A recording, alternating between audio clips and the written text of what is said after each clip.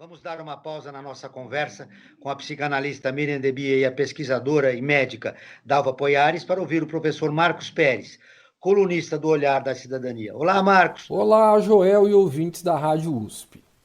O ministro do STF, Gilmar Mendes, provocou um grande impacto ao dizer que o Exército Brasileiro está aceitando se associar a um genocídio.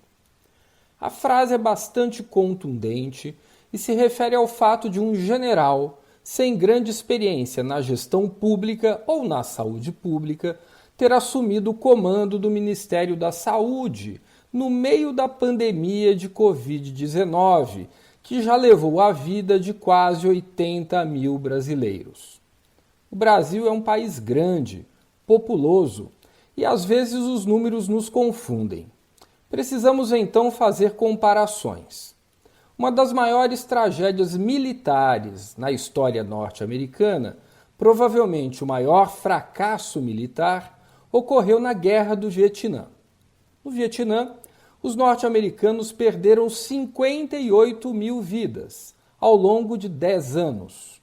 Governos caíram por conta dessa guerra, e a sociedade norte-americana sofreu e mudou profundamente com essa tragédia, honrando os milhares de compatriotas que morreram diante do desatino de seus governantes.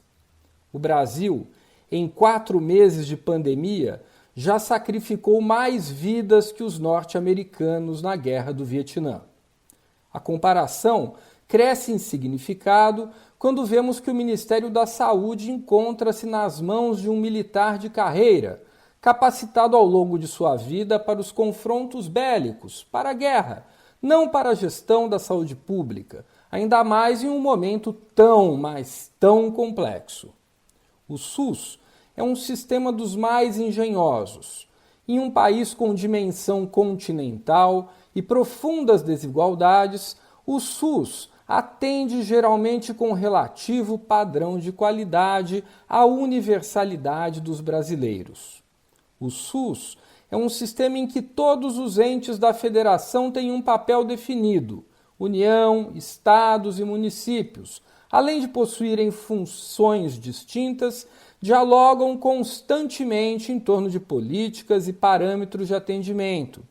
O sistema, entretanto, precisa da união, necessita de esforços permanentes de coordenação pelo governo federal. Sem uma atuação consequente do governo federal na coordenação de seus esforços, o SUS é como um automóvel sem sua caixa de câmbio.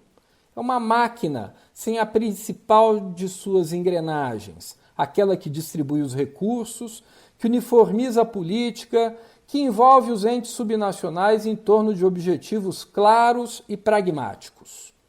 Vendo a gravidade da situação que atravessamos do ponto de vista sanitário, contabilizando o número de brasileiros mortos e refletindo sobre o fato de haver um militar sem formação específica no comando do ministério mais importante para o governo federal e para os brasileiros nesse momento, devemos dar razão ao ministro Gilmar.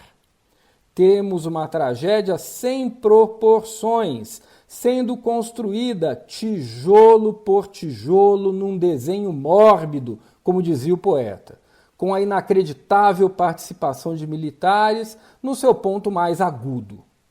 De quantos Vietnãs ainda precisaremos? De quantas vidas?